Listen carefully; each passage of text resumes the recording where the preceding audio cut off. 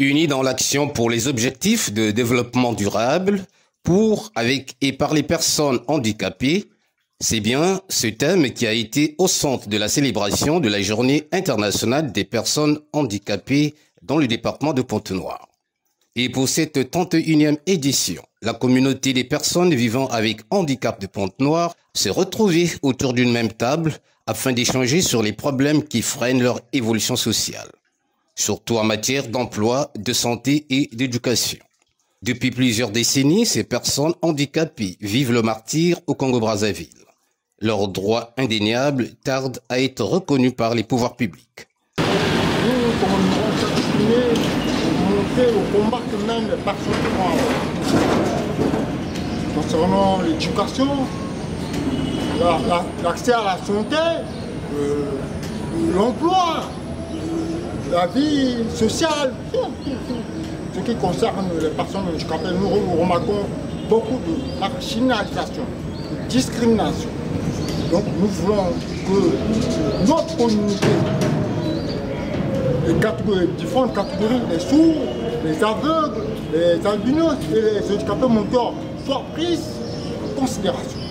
Il s'est agi aussi, au cours de cette journée, de faire un plaidoyer auprès des gouvernants congolais pour que ces derniers puissent prendre en compte les revendications des personnes handicapées qui pourtant ont un rôle à jouer au sein de la société congolaise. Et ce au même titre que les personnes valides. Une interpellation a été faite à l'endroit des associations mutuelles et ONG œuvrant pour le bien-être des personnes handicapées d'intégrer le projet des Nations Unies, celui de l'amélioration des conditions de vie d'ici 2030 dans différents domaines. Pour que cette doléance-là puisse aboutir, il faut un document qu'on appelle mémorandum. Et nous avons commencé à faire un plaidoyer. D'ici là, l'année prochaine certainement, vous verrez que dans chaque département, on va envoyer un document que chacun de nous va signer. Mais il faut se dire que pour que Yomo ne paye pas le courant, il faut que Yomo soit chez lui. Hein? C'est-à-dire que dans ma parcelle. Mais si je suis locataire et que le logeur c'est invalide, mais je fais comment?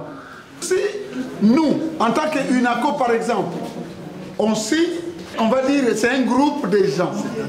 Or, toutes les associations, chacun va signer le mémorandum, ça aura un impact sur ce que nous souhaitons avoir comme résultat et auprès des gouvernants. Donc calmez-vous, Mbamba mettez ça dans le mémorandum dans tous les Congos, les handicapés vont signer et si nous pouvons avoir un certain nombre de signataires, on remettra à l'Assemblée et au Sénat à l'effet de faire adopter cette loi. Instituée depuis 1992 par les Nations Unies, la Journée internationale des personnes handicapées a pour objectif rappeler au monde les droits réservés aux personnes vivant avec handicap.